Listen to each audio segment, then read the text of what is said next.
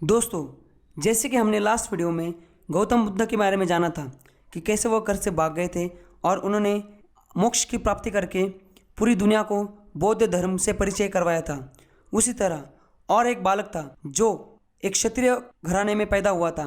बाद में वो राजा बनने वाला था, बट 30 साल की उम्र ने उसने भी घर छोड़ दिया था और वो लगातार 30 साल से लेके अपनी 42 एज तक, मतलब लगभग 12 साल तक उसने भी एक पेड़ के नीचे तपस्या की थी। उसको भी मोक्ष की प्राप्ति हो गई थी और उसने अपना एक अलग से धर्म बनाया था जो कि पूरे हिंदुस्तान में बाद में फैल गया था। और काफ़ी बड़े बड़े जो राजाए जैसे चंद्रगुप्त मौर्य, उन्होंने उस धर्म को अपनाया था। वो जो शख्स था उसका नाम है वर्धमान महावीर। जिस धर्म की उसने स्थापना की थी उस धर्म का नाम था जैन।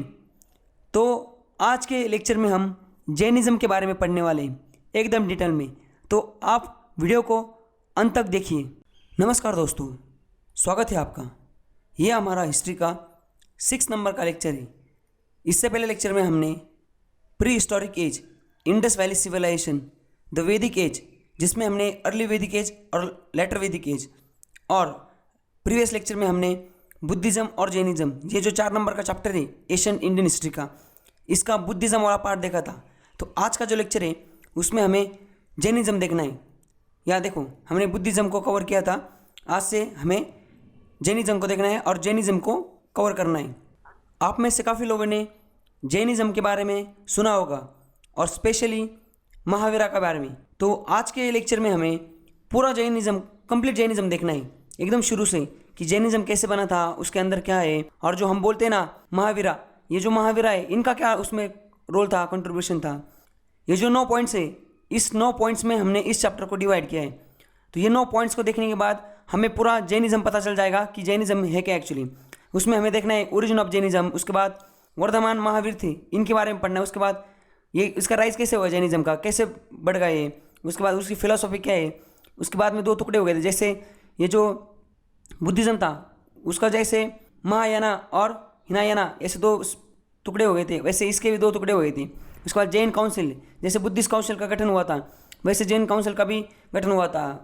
देन ये रॉयल पैट्रोनज टू ऑफ जैनिज़्म, कौन से राजा ने उनको पैसा वैसा दिया था ये करने के लिए। जैनिज़्म का कंट्रीब्यूशन क्या है हमारी सोसाइटी में, और जैन पॉपुलेशन क्या है फिलहाल अभी इंडिया में। इतनी चीज़ें हमें देखनी है। ये चीज़ें देखने के बाद हमारा पूरा जैनिज़्म कवर हो जाएगा। तो चलिए शुरुआत करते हैं। सबसे पहले हमें देखना पड़ेगा ओरिजिन ऑफ जैनिज़्म। जैनिज़्म का ओरिजिन कैसे हुआ था। जैनिज़्म जो है वो बहुत ही एशियन रिलीजन है। ऐसा बोला जाता है कुछ तथ्यों के आधार से कि ये उतना ही पुराना है जितना वैदिक रिलीजन पुराना है। इसका मतलब बुद्धिज़्म और जैनिज़्म में पुराना कौन है, बुद्धिज़्म और जैनिज़्म में ओल्डेस्ट जैनिज़्म है। और जैनिज़्म जो है ना वो तीर्थंकर्स, उनके तीर्थंकर्स होते हैं, उनकी चली आई, जिसको बोला जाता है टीचर्स। जैनिज़्म के जो टीचर्स होते हैं तीर्थंकर, उन्होंने जो ट्रेडिशन आगे लेके चली उसका ही नतीजा है कि ये जैनिज़्म आगे बढ़ता चला गया। ऐसे टोटल कितने तीर्थंकर थे, 24 तीर्थंकर थे। और सबसे लास्ट कौन थे, वर्धमान महावीर। तो ये जो महावीर थे ये लास्ट तीर्थंकर थे। फर्स्ट तीर्थंकर कौन थे, ऐसा माना जाता है, विश्वास किया जाता है कि पहले जो तीर्थंकर थे वो ऋषभनाथ, और जिनको ऋषभ देव भी बोला जाता है। समझ गए, मतलब जो जैनिज़्म है, जैनिज़्म जो है वो 24 तीर्थंकर से, उनकी टीचिंग से बना हुआ है। और जो सबसे शुरुआत में जो तीर्थंकर थे वो थे ऋषभ देव, और जिसको ऋषभनाथ भी बोला जाता है। ऐसे टोटल 24 थे। और जो लास्ट वाले थे वो थे वर्धमान महावीर। और ये बहुत ही पुराना रिलीजन है। जैसे हमने इससे पहले भी देखा था कि जैनिज़्म और बुद्धिज़्म वो कौन से स्टेट से निकले थे, वो निकले थे बिहार से। देखो यहाँ पे लिखा है जैनिज़्म भी स्टार्ट हुआ था बिहार से, और बाद में वो ट्रैवल हो गया कहाँ, राजस्थान, और कहाँ से, मध्य प्रदेश से। मध्य प्रदेश से होके वो राजस्थान चला गया। इसके जो फाउंडर्स थे वो थे तीर्थंकर्स, अलग अलग कितने 24 तीर्थंकर थे। उसके बाद जो फाउंडर तीर्थंकर था उसको बोला जाता है ऋषभ देव। और जो 23rd तीर्थंकर थे उसका नाम थे प्रसवनाथ थे। और 23 तीर्थंकर was Parshvanath, who was born in Varanasi, जो कि वाराणसी में जन्मे थे। और वो कौन से ईरा में मतलब जीवित थे, वो 8th और 7th सेंचुरी में जीवित थे, ऐसा बोला जाता है। जब क्या चल रहा था, जब लेटर वैदिक एज चल रहा था। और तीर्थंकराज वे क्षत्रिय बाय बर्थ। ये जो सारे तीर्थंकराज है ना वो बाय बर्थ क्षत्रिय थे, वो क्षत्रिय घराने से बिलोंग करते थे। जो ऋषभ देव थे उनकी ना 4 मेन टीचिंग्स थी, यहाँ दी हुई। देखो सबसे पहले क्या है सत्य, दूसरा था अहिंसा, तीसरा था अस्तेय मीन्स नो चोरी, चोरी वारी नहीं करना है। और उसके बाद क्या, अपरिग्रह, अपरिग्रह में ना क्रिटिक्स ऑफ वेदास एंड वैदिक गॉड्स, तो वेदा जो थे उसके क्रिटिक्स थे ये। तो ऐसे 4 टीचिंग्स थी उनकी ऋषभदेव की, सत्य, अहिंसा, अस्तेय, अपरिग्रह। समझ गए। तो इस तरह से हमने जैनिज्म उसका जो ओरिजिन है वो कैसा हुआ, उसमें तीर्थंकार कितने थे, 24 थे। पहला कौन सा था, ऋषभदेव। 23 कौन सा था, लास्ट में कौन सा था। तो ऐसा क्वेश्चन आ सकता है आपको एग्जाम में कि लास्ट तीर्थंकर कौन सा था जैनिज्म का, तो हमारे महावीरा थे। दूसरा जो टॉपिक है इस चैप्टर में वो है वर्धमान महावीरा। जैसे हमने बुद्धिज्म जब देखा था तो गौतम बुद्ध के बारे में सारा कुछ हमने जाना था, उनकी पर्सनल लाइफ वगैरह। वैसे ही अब हम महावीरा के बारे में जानने वाले हैं।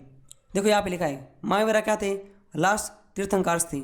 इनका जन्म हुआ था कुंदग्रामा नियर वैशाली। ये जो वैशाली एक स्टेट था अभी वो बिहार में, और कुंदग्रामा ये इनका विलेज का नाम था।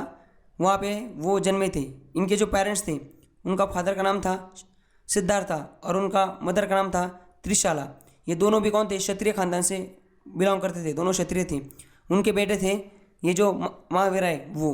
और बाद में इनकी शादी हो गई थी यशोदा नाम के एक औरत से, और बाद में मतलब इनकी बीवी थी वो, और इनको एक लड़की हुई थी जिसका नाम अंजोला और जिसको प्रियदर्शना भी बोला जाता है।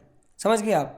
तो उसके बाद एट एज ऑफ 30 जब ये 30 साल के बने थे तो वर्धमान ने क्या कर दिया था, महावीरा ने, इन्होंने भी गौतम बुद्ध जैसे जा सकते कि भाग गए थे घर से, वैसे भी इन्होंने ना घर छोड़ दिया था। देखो, renounce his home and become the wondering atheistic, मतलब ये सन्यासी बन गए थे। और इन्होंने बाद में ही ऑब्जर्व द सेल्फ मॉडिफिकेशन, इन्होंने अंतर्मन को चेंज करने की जो चीज़ है उसको ग्रहित कर लिया था। बाद में एट आफ्टर 13 ईयर जब ये 30 के थे, ये घर से इन्होंने मतलब ये कर दिया, ये साधु बन गए, सन्यासी बन गए। और उसके बाद 13 साल बाद मतलब एट एज ऑफ 43 के हो गए अभी वो। ऑफ 13 ईयर ऑफ पिनेंस, मतलब इतना समय के बाद ही attain the highest spiritual knowledge called as kaivalya जन। तो ये जो कैवल्य जन मतलब क्या, इन्होंने ना बहुत स्पिरिचुअल नॉलेज अटेंड कर ली थी। ही अटेंडेड हिज जिम भिक्षकर्मा विलेज। ये कहाँ पे इन्होंने ये सारी चीज़ें ना वो कहाँ पे अटेंड की, जिम भिक्षकर्मा विलेज, और कब अंडर साल्ट्री में। और एज ऑफ 42, एक्चुअली 43 नहीं, यहाँ पे 42, एज ऑफ 42 उन्होंने साल्ट्री। और ये जो गौतम बुद्ध थे उन्होंने पीपल ट्री के नीचे किया था, उनका एज 35 था, इन्होंने साल्ट्री के नीचे किया, इनका एज 42। समझ गई। और ये जो इवेंट है इसको क्या बोलते हैं, कैवल्य। वो जो इवेंट था जैनिज्म उसको क्या बोलते हैं आप मुझे कमेंट सेक्शन में, बुद्धिज्म वाला। जब बुद्धिज्म जो थे गौतम बुद्ध, उनको जब ये जो इनलाइटनमेंट हुई थी तब वो इवेंट को क्या बोला जाता है, ये जो इनको इनलाइटनमेंट जब हुई है स्पिरिचुअल नॉलेज मिला है किसको, महावीरा को, तो उसको बोलते कैवल्य। जिम भिकाग्रामा ये जो विलेज है वहाँ पे इनको साल्ट्री के नीचे एट एज ऑफ 42 कैवल्य प्राप्त हुआ था। देर आफ्टर उसके बाद इनको महावीरा, जीना, जितेंद्रिय, निग्रंथा और कैवलिन, ये सारी चीज़ों से, ये सारे नामों से इन्होंने को नवाजा गया।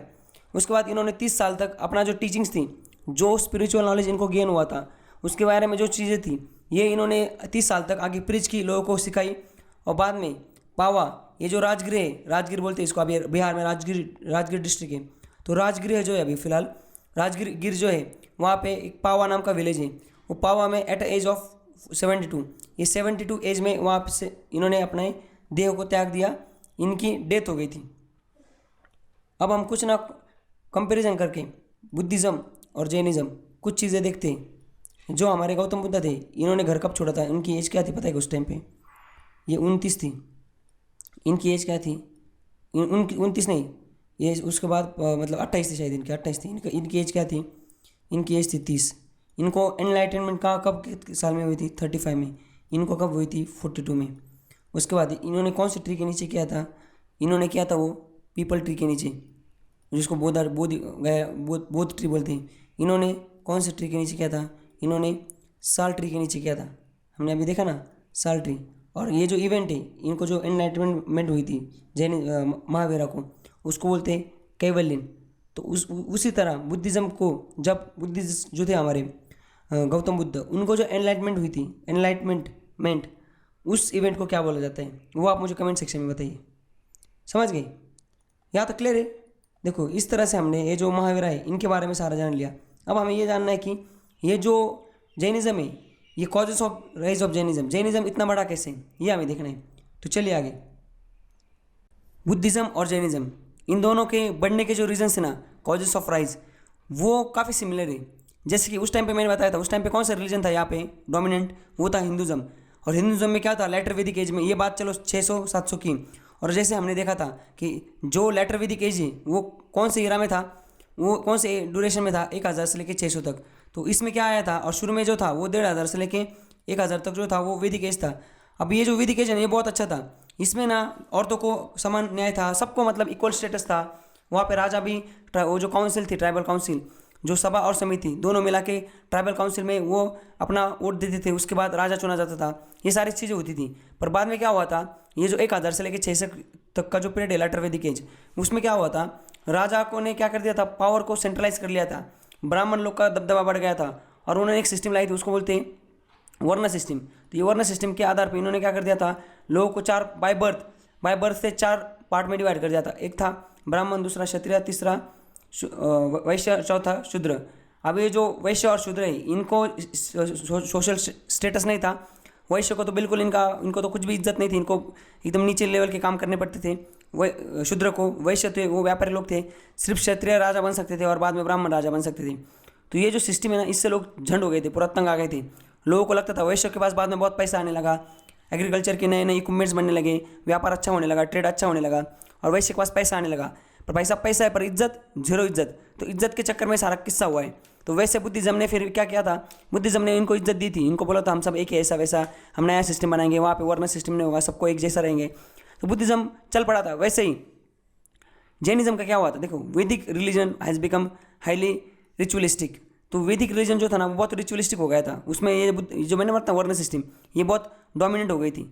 तो इसके चक्कर में आके क्या हुआ, जैनिज्म का उदय उदय होने लगा। जैनिज्म ने क्या बोला, हम ना जो थे वैदिक वाले जो थे ये संस्कृत में सारी चीज़ें पढ़ती थी। जैनिज्म ने क्या बोला, ये जो महावीरा वगैरह ये लोगों ने, हम ना पाली और प्रकृत में पढ़ाएंगे। अब उस टाइम पे प्रकृत और पाली जो थी वो एकदम गरीबों की लैंग्वेज थी, सिर्फ नीचे वाले जो लोग कॉमन लोग इसको वो यूज़ करते थे। तो इन्होंने क्या कर दिया, इन्होंने बोला हम एक धर्म की स्थापना कर रहे हैं, उस धर्म की जो लैंग्वेज है वो कौन सी होगी, पाली और प्रकृत। तो जो लैंग्वेज थी, thus it was the more accessible to common man compare to Sanskrit. Sanskrit के अगर कंपेयर किया जाए तो काफ़ी लोगों को एक्सेसिबल थी। तो लोगों ने क्या कर दिया, बोले चलो हम जैनिज्म में कन्वर्ट होती।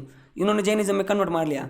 It was accessible to all people of all caste, सारे कास्ट के जो लोग हैं उनको भी ये लैंग्वेज एक्सेसिबल थी। इसलिए इन्होंने भी बोला कि हाँ चलो हम ना ये धर्म जो है इसको हम एक्सेप्ट करते। Varna system had rigidified and people of lower caste led miserable lives. ये जो मिसरेबल लाइव्स मतलब क्या, ये एकदम बेकार ज़िंदगी जी रहे थे, इनको कोई सोशल स्टेटस नहीं था, इनको एकदम नीचे वाले जो काम है मैनुअल स्कैवेंजिंग टाइप के वो काम करने पड़ते थे। तो जैनिज्म में उन्होंने जब कन्वर्ट मारा तो इनको क्या बोला, ऑनरेबल प्लेस मिला, इनको इज्जत मिली। तो इसकी वजह से भी काफ़ी लोगों ने क्या कर दिया, वैश्य और शूद्र लोगों ने उन्होंने जैनिज्म में कन्वर्ट मार दिया। और बाद में about 20 year after, 200 year later, 200 साल बाद क्या हुआ था, डेथ ऑफ महावीरा के 200 साल बाद great famine in Ganga promoted Chandragupta Maurya and Bhadrabahu, ये क्या थे, last acharya of undivided Jain sangha, to migrate Karnataka. तो क्या हुआ था, देखो महावीरा जो थे इनके जाने के बाद 200 साल बाद क्या हुआ था, जब चंद्रगुप्त मौर्य ये इनका जब मौर्य साम्राज्य चल रहा था, वो क्या हुआ आगे देखेंगे। तब इन्होंने ये वापस देखना है हमें ये चीज़, चंद्रगुप्त मौर्य पढ़ते टाइम। तो इन्होंने क्या कर दिया था, भद्रबाहु जो थे वो लास्ट आचार्य थे जैनिज्म के, अनडिवाइडेड, मतलब जैनिज्म का बाद में डिवाइड हो गया था, 2 टुकड़े में बट गया था। तो अनडिवाइडेड जैनिज्म के वो लास्ट गुरु थे। ये दोनों ने क्या कर दिया था, माइग्रेट हो गए थे, कर्नाटक चले गए थे, क्योंकि वहाँ पे फेमाइन आ गया था, भुखमरी हो गई थी बहुत ज़्यादा। तो इसके वजह से क्या हुआ, ये जैसे वहाँ आ गए साउथ इंडिया कर्नाटका, तो जैनिज्म का स्प्रेड हो गया कर्नाटक में, समझ गए। तो ऐसे करके जैनिज्म जो है वो जो हमने देखा कॉजेज ऑफ राइज, ऐसे करके जैनिज्म पूरे हिंदुस्तान में फैल गया था उस टाइम पे। उसके बाद क्या है, जैन मोनस, यहाँ पे देखो Jain monastic establish called as basadis were granted land and patronage by Karnataka king. तो कर्नाटका किंग ने इनको पैट्रोनेज पैसा दिया, लैंड दिया, और फिर वो कर्नाटका में साउथ इंडिया में भी फैल गया। Spread to Kalinga in 4th century BC। 4th century BC में ये कलिंगा जो स्टेट था वहाँ पे भी जैनिज्म जो है उसका उदय होने लगा, वो वहाँ पे फैल गया। और वाज पैट्रोनाइज, किसने पैट्रोनाइज किया था उसको, ये खालवेरा नाम का एक राजा था, इसको भी हमें आगे देखना है। ये खालावेरा राजा ने इनको 1st सेंचुरी BC में इनको पैट्रोनाइज किया, इनको पैसा वैसा दिया और इनको एक्सेप्ट कर लिया इस धर्म को। पैट्रोनाइज मतलब उस धर्म को एक्सेप्ट करना और आगे लेके जाना। सब सिक्वेंटली धीरे धीरे Tamil Nadu, Gujarat, Rajasthan in later centuries with Jainism engage with the trade and commerce, मतलब बाद में काफ़ी जगह वो फैल गया, समझ रहे। और यहाँ पे एक सबसे इंपॉर्टेंट चीज़ आपको याद रखने के लिए, मतलब याद रखने लायक कि Jainism did not receive much state patronage as Buddhism did and did not spread as fast as Buddhism in earlier time. मतलब जैनिज्म और बुद्धिज्म जो है ना, बुद्धिज्म को बहुत शुरू में पैसा मिला था, बहुत लोगों ने उसको फॉलो करना स्टार्ट कर दिया था। वैसे जैनिज्म ने बुद्धिज्म के कंपैरिजन में इसको ना इतना पैसा मिला, ना इतना फास्ट वो फैला था बट इतना फास्ट नहीं फैला था। समझ गया आप। देखो यहाँ पे आपको इसमें दिखाता हूँ, मैं मैप में दिखाता हूँ। अगर इंडिया की बात की जाए, देखो यहाँ से निकला तो बिहार से, उसके बाद यहाँ मध्य प्रदेश शुरू, सबसे पहले यहाँ कर्नाटक में गया था, बाद में यहाँ पे मध्य प्रदेश में फैला था, राजस्थान में फैला हुआ है, समझ गया। उसके बाद क्या है यहाँ पे देखो, अभी फिलहाल जो जैन की पॉपुलेशन है वो देखो यहाँ पे गुजरात और यहाँ पे ज़्यादा है, और कर्नाटक जो है कर्नाटक में ज़्यादा। आपको पता होगा कर्नाटक के इलेक्शन जब होते हैं ना, तो जो जैनिज्म जो लोग हैं उनके पास जाते हैं, अमित शाह वगैरह ये टाइप के लोग उधर गए थे अभी इस बार भी। मध्य प्रदेश में बहुत है, देखो यहाँ से अगर जब आप सेंट्रल साउथ मतलब मिडिल से और महाराष्ट्र से आपको दिल्ली जाना है, तो ये जो 2-3 स्टेट है ना वहाँ बीच में, 2-3 स्टेशन जो है मध्य प्रदेश के, वहाँ बहुत जैन पॉपुलेशन, वो जब बैठती वो एकदम वो उनकी जैनिश जो लैंग्वेज है उनकी मारवाड़ी टाइप की लैंग्वेज, उसको बोलने लगती है वो, समझ गए। तो इस तरह से हमने देखो यहाँ पे स्प्रेड ऑफ जो था जैनिज्म का वो कैसे हुआ था वो भी देख लिया। अब हमें देखना है टीचिंग और फिलोसॉफी। जो जैनिज्म है ना, इसकी टीचिंग क्या थी, क्या टीच किया था जैनिज्म ने, क्या बोला था, क्या सही है क्या गलत है, इनकी क्या क्या टीचिंग्स थी और इनकी फिलोसॉफी क्या था, इसको एक बार जानने की कोशिश करती। ये हमने बुद्धिज्म में ऑलरेडी कवर किया था, अब ये जैनिज्म के पर्सपेक्टिव में देखते हैं। देखो महावीरा जो थे ना, इन्होंने ना वैदिक प्रिंसिपल जो थे इसको रिजेक्ट कर दिया था, समझ गए। वैदिक प्रिंसिपल मतलब वैदिक के जो प्रिंसिपल्स जो है उनके कुछ रूल्स रेगुलेशन है, इसको इन्होंने रिजेक्ट मार दिया था। इन्होंने कास्ट सिस्टम को रिजेक्ट नहीं मारा था, ये चीज़ को याद रखो। इन्होंने महावीरा ने बोला था इक्वलिटी को स्ट्रेस किया था, सबको इक्वल स्टेटस देना है, पर इन्होंने कभी खुले में नहीं बोला है कि कास्ट सिस्टम गलत है और इसको खत्म कर दो, जैसे बुद्धिज्म ने बोला था। बुद्धिज्म ने डायरेक्ट क्रिटिसाइज किया था कि कास्ट सिस्टम ही सबका बड़ी दिक्कत है, कास्ट सिस्टम की वजह से सारी चीज़ें हो रही, तो कास्ट सिस्टम को रिजेक्ट मार दो। वैसे बुद्धिज्म ने डायरेक्ट खुले में इसको रिजेक्ट नहीं किया था, जैनिज्म ने कास्ट सिस्टम को बुद्धिज्म ने किया था, समझ गए। तो इन्होंने वैदिक प्रिंसिपल को इग्नोर रिजेक्ट किया था, किसने, महावीरा ने। बाद में आगे जो महावीरा थे did not believe in gods existence, Buddhism कर रहे थे क्या, बुद्धिज्म भी नहीं कर रहे थे। मतलब गौतम बुद्ध और महावीरा ये दोनों भी भगवान में बिलीव नहीं करते, इनका बोलना था भगवान है ही नहीं, समझ गए। ये बोलते थे खुद ही भगवान हो। According to him the universe is a product of natural phenomena of cause and effect.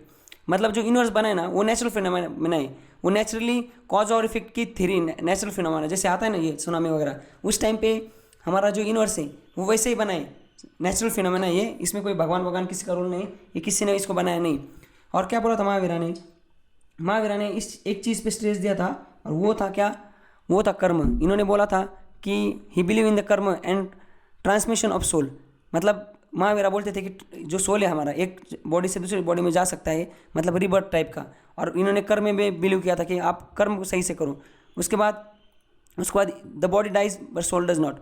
मतलब महावीरा ने बोला था कि आपकी जो बॉडी सोल है, आपके बॉडी के अंदर आत्मा जो है, आप मर जाते हो तो आपकी बॉडी मर जाती, बॉडी नष्ट हो जाती, आत्मा मरती नहीं, आत्मा अमर है, आत्मा वैसे वैसे रहता है, सोल मरता नहीं किसी का भी, ये बोला था महावीरा ने। बाद में वन विल बी पनिश्ड और reward as per his karma. इन्होंने बोला था कर्मा इज बिच, अगर आप कर्मा को मतलब गलत कई काम करते हो तो एक न दिन उसको आपको भरपाई करनी। चोरी मक्कारी कुछ भी करते हो, आपको लगेगा कोई देख नहीं रहा है, कोई पकड़ नहीं रहा है, बट एक दिन कांड होना है आपके साथ, उसके हिसाब से भगवान आपको पनिश, मतलब जो भी हो, जो भी सुपर पावर है, भगवान तो उन्होंने बोला था भगवान है ही नहीं, गॉड का एग्जिस्टेंस माना ही नहीं था। तो अगर आप जैसे कर्म करते हो वैसे आपको उसको उस तरीके से आपको उसका फल मिलेगा। Advocated a life of austerity and non violence, austerity और नॉन वायलेंस की लाइफ भी इन्होंने एडवोकेट किया था कि ऐसे लाइफ जियो। इन्होंने, जैसे मैंने इससे पहले बताया, इन्होंने इक्वलिटी पे स्ट्रेस किया था पर कास्ट सिस्टम को रिजेक्ट नहीं किया था। और बाद में he also said that man may be good और bad as per his action not birth. तो इन्होंने बोला था जैसे जो ये था हमारा हिंदुज़म था, उसमें जो वर्ण सृष्टि थी, उन्होंने क्या बोला था कि जो बाय बर्थ ही ये वैश्य बनेगा, बाय बर्थ ही शूद्र बनेगा, बाय बर्थ ही क्षत्रिय बनेगा, बाय बर्थ ब्राह्मण रहेगा। वैसे इन्होंने बोला था, महावीरा ने बहुत बढ़िया बात कही थी, कोई आदमी ना अच्छा और बुरा बाय बर्थ नहीं होता, वो उसके एक्शन से होता है। मतलब ऐसा हो सकता है कोई आदमी एकदम गलत जगह पैदा हुआ हो जहाँ पे सारे क्रिमिनल लोग हो और बहुत अच्छा हो जाएगा, वो अच्छा भी हो सकता है वो आदमी उसके एक्शन से। कुछ ऐसा भी हो सकता है कोई आदमी बहुत अच्छी जगह पैदा हुआ है जहाँ पे, जैसे कि वो ब्राह्मण वामन है, जैसे अभी दाऊद इब्राहिम है, उसका बाप पुलिस था, वो तो अच्छी जगह पैदा हुआ था, पुलिस में था, और बाद में वो गुंडा बन गया, समझ गए आप। तो वैसा है कि आपके एक्शन के हिसाब से आपके कर्म जो है या आपके जो चाल चरित्र है वो आपके एक्शन से हिसाब से माने जाएंगे, आप अच्छा इंसान हो या बुरे इंसान है। इस चीज़ का आपके बर्थ से कोई लेना देना नहीं, ये चीज़ बोली थी महावीरा ने। अब इनकी जो टीचिंग है ना, ये टीचिंग जनरल टीचिंग थी। अब इसको हमें इतने डिटेल में देखना है 6 टॉपिक में। ये जो महावीरा की टीचिंग्स थी, टीचिंग ऑफ जैनिज्म, महावीरा और तीर्थंकर की जो तीर्थंकर ऑफ जैनिज्म वो क्या थी, doctrine of continence, philosophy of Jainism, 3 source of knowledge और जैन लिटरेचर। हमें ये जितनी चीज़ें देखनी, समझ गए। चलो फिर एक एक को देखते हैं। सबसे पहले क्या है, टीचिंग ऑफ जैनिज्म। तो यहाँ देखो, यहाँ लिखा हुआ है teaching of Jainism. Asceticism was taken to great length. जो ऑस्केटिज्म है मतलब क्या, वैराग्य और संन्यास। ये जो महावीरा थे और जो जैनिज्म है, इसमें क्या है, इसमें ना वैराग्य जो है और संन्यास जो है, इस चीज़ को ना ये लोग बहुत ग्रेट लेंथ पे लेके गए। इस चीज़ को, इसको ज़्यादा प्रिविलेज दिया गया है। उसके बाद स्टारवेशन, न्यूडिटी और सेल्फ मॉडिफिकेशन, मतलब उपवास और न्यूडिटी मतलब क्या, ये लोग आपको पता है इनमें जो एक सेक्शन है ना, वो कपड़े नहीं पहनता, वो नंगा घूमता है, मतलब वो नंगे रहते हैं वैसे ही। तो ये एक चीज़।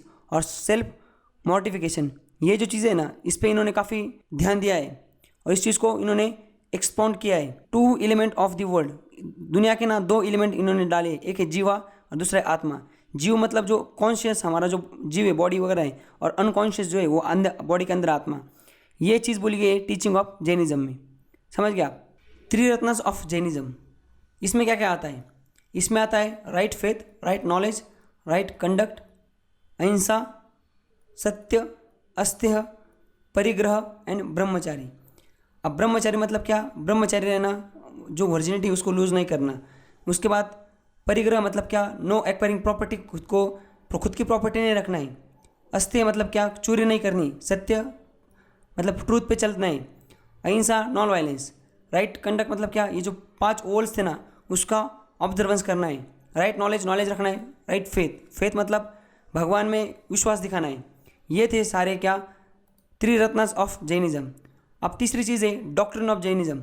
ये जो है डॉक्ट्रिन ऑफ कंटीजेंस, ये डॉक्ट्रिन जो है जैनिज्म की, उसमें 5 चीज़ें आती हैं, सत्य, अहिंसा, अस्तेय, अपरिग्रह एंड कंटिनेंस। कंटिनेंस मतलब क्या, कंटिनेंस मतलब ब्रह्मचारी, तो संयम, संयम रखना है।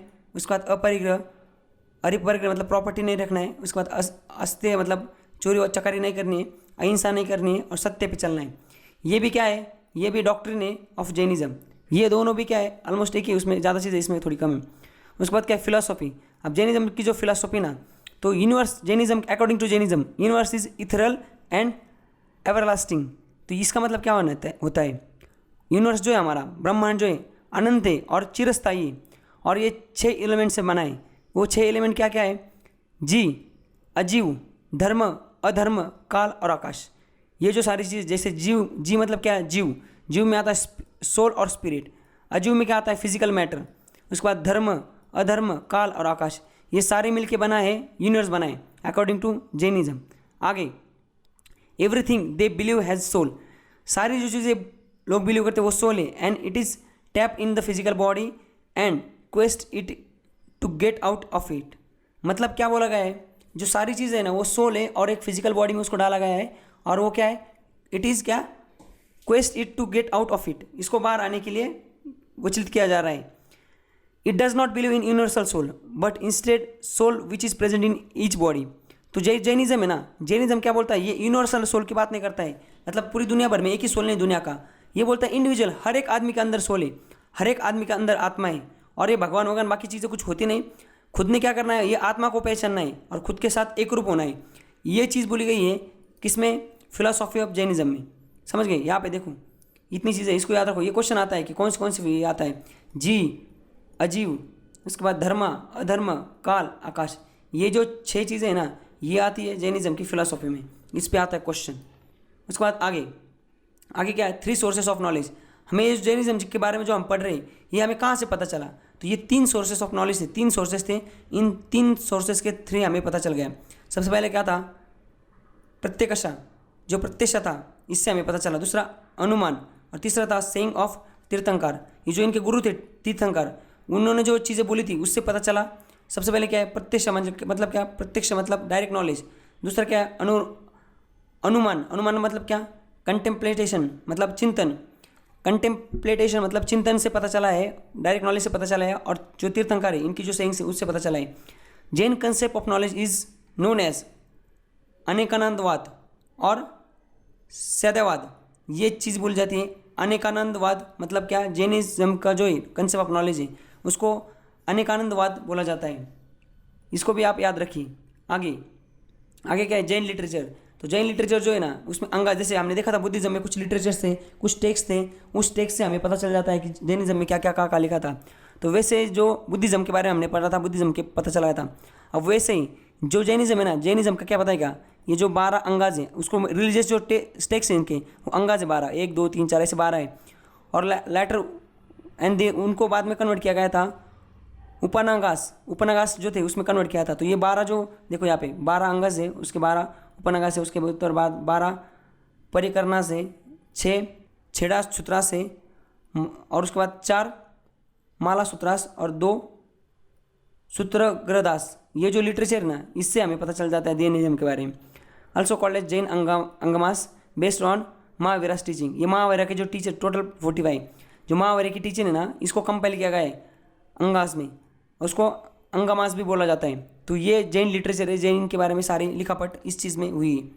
समझ गए। तो इस तरह से हमने जो 6 टॉपिक्स थे ना, ये 6 पॉइंट देखो यहाँ पे, ये टीचिंग ऑफ जैनिज्म में की, teaching of Jainism, 3 ratnas of Jainism, doctrine of continence, philosophy of Jainism, 3 sources of knowledge और जैन लिटरेचर।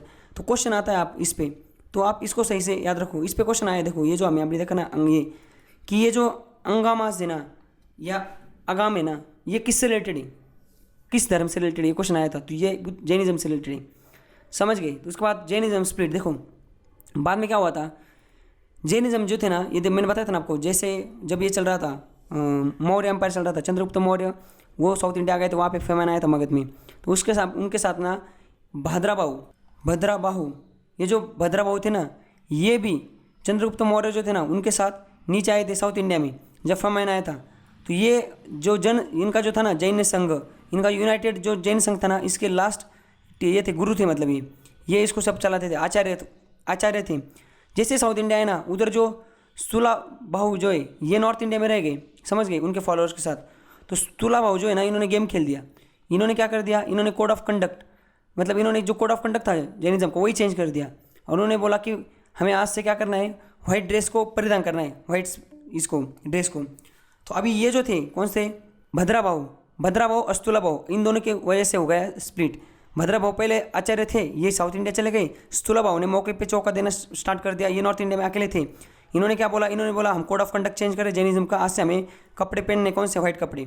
और पहले कैसे था, ये जो थे भद्राबाहु ये मतलब नंगे होते थे, ये डायरेक्ट इन्होंने न्यूड होते थे, समझ रहे।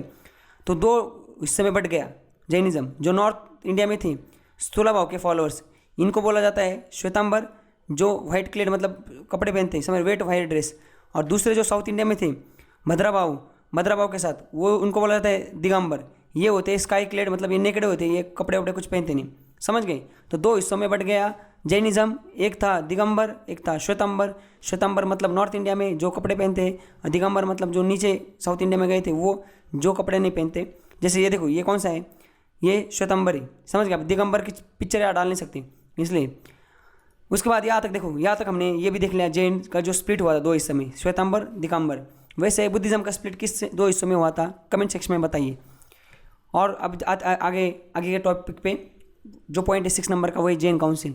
अब जैसे हमने देखा था बुद्धिज्म का प्रचार करने के लिए, बुद्धिज्म को आके लेके जाने के लिए बुद्धिज्म की ना 4 काउंसिल हुई थी, अलग अलग जगह, अलग अलग राजाओं ने, अलग अलग जो बुद्धिस्ट मॉन्क्स थे उन्होंने उस चीज़ को प्रिसाइड किया था, और अलग अलग डायनेस्टी से राजा थे, इन्होंने काउंसिल गठित की थी। तो पहले काउंसिल कहाँ हुई थी, किसने करवाई थी, उसका मॉन्क्स कौन था, कितने साल बाद हुई थी, कौन सी ईयर में हुई थी, ये सारी चीज़ क्वेश्चन आते हैं। वैसे 4 थी बुद्धिज्म की, वैसे जैनिज्म की 2 काउंसिल है, फर्स्ट और सेकंड। जो पहली काउंसिल हुई थी पाटलिपुत्र में, कब, 3rd सेंचुरी BC में, 3rd सेंचुरी BC में पाटलिपुत्र में पहली बुद्धिस्ट काउंसिल हुई थी, प्रिसाइडेड बाय ये भाई साहब, कौन, स्तुलाबाहु जो है, इन्होंने उसको प्रिसाइड किया था। First Jain council was held in Pataliputra by Sthulabahu in beginning of the 3rd century BC and resulted in the compilation of 12 Angas to replace the lost पुरावास।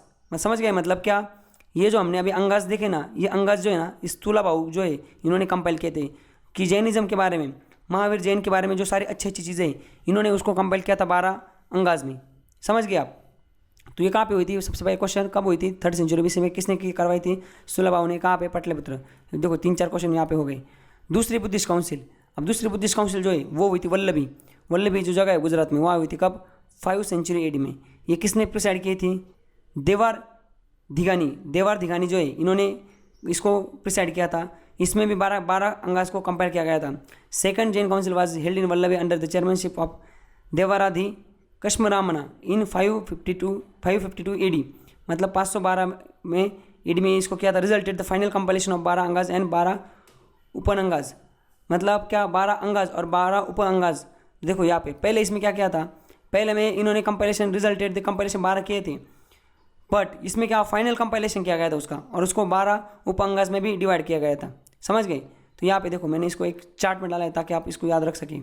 यहाँ देखिए, यहाँ लिखा हुआ है कि जो पहली बुद्धिस्ट काउंसिल थी वो कब हुई थी, वो हुई थी 3rd सेंचुरी BC में, और दूसरी कब हुई थी 5 सेंचुरी AD में। तो 3rd और 5 मतलब ये 0 यहाँ पे, ये 3rd सेंचुरी BC, ये 300 पीछे 300 BC और ये 500 AD, मतलब दोनों में डिफरेंस कितना पता है क्या, 800 साल का डिफरेंस दोनों में। ये पाटलिपुत्र में हुई थी, ये वल्लभी में हुई थी। इसको स्तुलाबा बोलते हैं, इसको देवरगनी बोलते हैं। देवरगनी नहीं स्तुला बोलते नहीं, ये इन लोगों ने इसको प्रिसाइड किया था। इसमें कंपाइलेशन ऑफ 12 अंगाज किया था, इसमें फाइनल कंपाइलेशन किया था 12 अंगाज और 12 उपअंगाज में। समझ गए। तो इस तरह से हमने ये देखो यहाँ पे भी लिखा है उसके बारे में। अगर आपको पढ़ना है ना तो वीडियो को पॉज करो और इधर देख लो जैन काउंसिल के बारे में, दोनों फर्स्ट और सेकंड दोनों के बारे में लिखा है। तो इस तरह से हमने जो 6 नंबर का पॉइंट था हमारा जैन काउंसिल, इसको भी देख लिया। अब हमें देखना है रॉयल पैट्रोनेज। जो रॉयल पैट्रोनेज मतलब क्या, कौन से जो राजा थे इन्होंने इसको धर्म को, जैन धर्म को अपनाया था और इनको दबा के पैसा दिया था ताकि ये अपना प्रचार वगैरह कर सके। तो ये देखो यहाँ पे पहले साउथ इंडिया में देखते हैं और नॉर्थ इंडिया दोनों जगह देखते हैं। साउथ इंडिया में कौन से लोगों ने इसको पैट्रोनेज किया था, राजा ने, और नॉर्थ इंडिया में। तो अगर आप यहाँ पे देखोगे, यहाँ देखो तो साउथ इंडिया में जो है वो ना डायनेस्टी अलग अलग,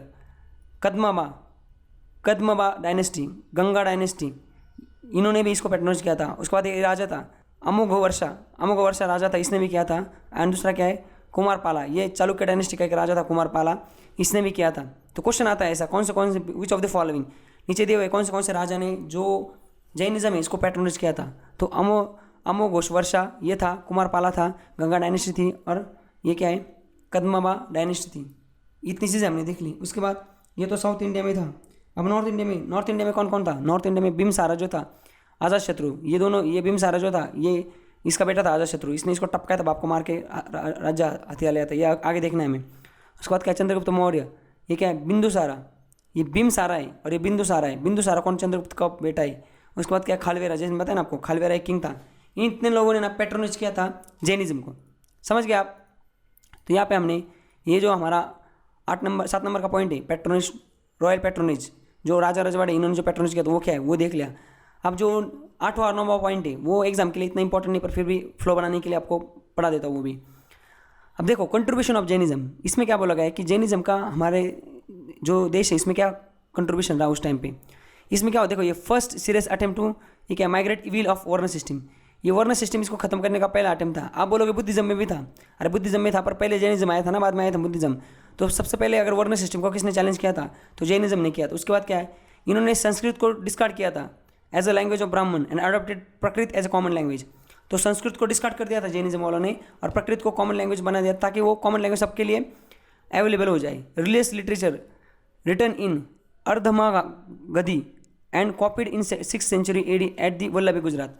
तो ये जो इनकी रिलीजियस लिटरेचर थी इसको अर्धमागधी, इसको लिखा गया था रिटर्न अर्धगामागधी में, और इसको 6th सेंचुरी AD में डिस्ट्रीब्यूट किया गया था। कहाँ, उनकी कॉपीज को वल्लभी गुजरात में। इन्होंने अडॉप्ट किया था प्रकृति ने इनको हेल्प किया था इन ग्रोथ के लिए, डेवलपमेंट ऑफ रिलीजियस लैंग्वेज उसको भी। और बाद में क्या था, ये क्या है, सौरसेनी लैंग्वेज मराठी, इसको भी डेवलप करने के लिए प्रकृति ने हेल्प किया था। बाद में जो मराठी लैंग्वेज है ना वो भी प्रकृति से निकल के आई है। जैन कंपोज अर्लीस्ट वर्क, जो एकदम शुरू में जो वर्क किया था जैनों ने, उसका नाम क्या है, अपभ्रंश, which is the source of several religious language, जो रिलीजियस नहीं रीजनल। ये जो अपभ्रंश है ना, इसके ये जो वर्क था जैनिज्म वाला का, इसके आधार पे काफ़ी रीजनल लैंग्वेज बनी थी। Jain literature contain epics, Puranas, Dharmas, novels, much of this still in the manuscript form Kalpasutra philosophy में। समझ गई। उसके बाद क्या, एजुकेशन, ये एजुकेशन को भी इन्होंने प्रमोट किया था, कल्चर पे डिबेट हुई थी। समझ गए। तो इस तरह से हमने जो जैनिज्म है इसका हमारे सोसाइटी पे उस टाइम पे क्या कंट्रीब्यूशन था ये हमने देखा था। इन्होंने सबसे इंपॉर्टेंट चीज़ वर्ण सिस्टम को सबसे पहले अटैक किया था।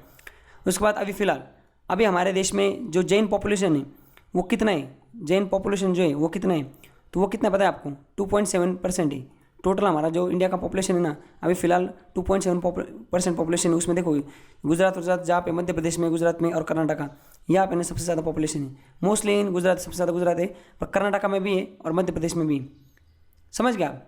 तो इस तरह से हमने हमारा जो चैप्टर था आज का जैनिज़्म, इसमें हमने ओरिजिन ऑफ जैनिज़्म कैसे हुआ, वर्धमान महावीरा था, इनका क्या रोल था, राइज ऑफ जैनिज़्म कैसे बढ़ा, उसकी फिलॉसफी क्या थी, उनका जो दिगंबर और श्वेतांबर में जो स्प्लिट हुआ वो कैसे हुआ, उसके पाटलिपुत्र और बाद में वल्लभी गुजरात, यहाँ पे 2 काउंसिल हुई, कब हुई, किसने प्रिसाइड की, वो रॉयल पैटर्नज किसने दिया था, इनका कंट्रीब्यूशन क्या था, इनकी पॉपुलेशन क्या थी। फिलोसफी में हमने वो 5 टाइप की फिलोसफी भी देखी थी, इसके अंदर सब पॉइंट थे 5, उसको भी हमने देखा था। उनको बड़े कैसे थे ये भी देखा। महावीरा के बारे में, वो कहाँ थे, कहाँ के जन्मे थे, उनकी माँ बाप कौन थे, उनका रोल क्या था, जीवन काल कितना था, उनको एनलाइटमेंट कहाँ हुई थी, साल्टी के नीचे हुई थी, एज ऑफ 42, वो भी देखा था। उनका ओरिजिन कहाँ पे हुआ था, बिहार में हुआ था। तो ये सारी जो चीज़ें थी हमने ये भी देख ली। और इस तरह से हमारा जो ये चैप्टर था, देखो यहाँ पे हमने क्या कर दिया, अभी हमने बुद्धिज्म जैनिज्म दोनों कवर कर दिया है। अब हमारा जो हिस्ट्री हमने उसको 4 पार्ट में डिवाइड किया था, एशियन, मिडिवल, मॉडर्न और वर्ल्ड हिस्ट्री। उसका जो हमारा चल रहा है एशियन, उसके हमने जो पहले 4 चैप्टर्स थे इसको खत्म कर दिया। अब हमारा जो नेक्स्ट चैप्टर है ना, वो हम प्री मॉडर्न एज, ये जो है हम नेक्स्ट लेक्चर से इसको देखेंगे। तो आज के लेक्चर में बस इतना ही। Thank you so much, enjoy. ऐसे और वीडियो के लिए चैनल को सब्सक्राइब कीजिए और साइड में दी हुई बेल को प्रेस कीजिए।